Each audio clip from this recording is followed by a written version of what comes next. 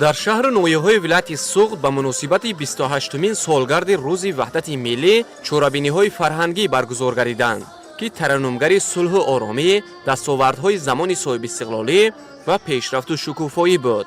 ба ин муносибат дар қасри фарҳанги ҷамоати деҳоти Ҳайдар Усмонови ноиб Бобоҷон Ғафуров чорабинӣ баргузор гардид, ки дар он фаъолон ва сокинони ноҳия иштирок намуданд.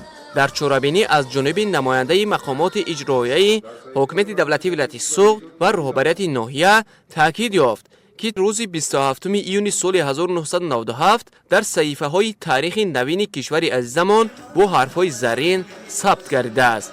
зеро дар ин рӯз созишномаи умумии истиқрори сулҳ ва ризояти миллӣ дар Тоҷикистон ба имзо расида, аз поён ёфтани ҷанги таҳмилии шаҳрвандӣ ва оғози ҳамдигарфаҳмиву ваҳдати миллӣ башорат дод.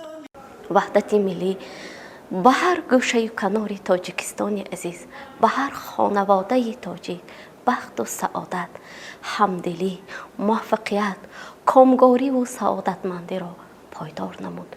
тамоми рушди имрӯзаи ҳаёти Тоҷикистонро, ки ҳаёти сиёсӣ, иқтисодӣ, иҷтимоӣ, адабиву фарҳангиро дар бар мегирад, пуршукӯҳтарин давраи замони истиқлолии мо бо ваҳдати миллӣ пайванди ногузастанӣ дорад. асосгузори сулҳу ваҳдати миллӣ пешвои миллат, президенти ҷумҳурии Тоҷикистон муҳтарам Эмомалӣ Раҳмон ин созишномаро барои халқи Тоҷикистон пайки шодӣ, паёми оромӣ, номаи иқболу саодат арзёбӣ намуда, дар мавриди арзишу аҳамияти ваҳдати миллӣ чунин таъкид месозанд.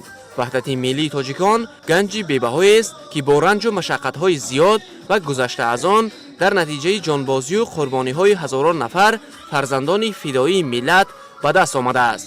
аз ин рӯ мо вазифа дорем, ки барои татбиқи ғояҳои ваҳдати миллӣ ва пойдории он талош карда, бо мақсади эҳёву пойдории арзишҳои миллӣ ва тавсеяи тафаккури давлатдории миллиамон, ки асоси пешрафти Тоҷикистони азиз мебошад, сарҷамъона кору фаъолият намоем.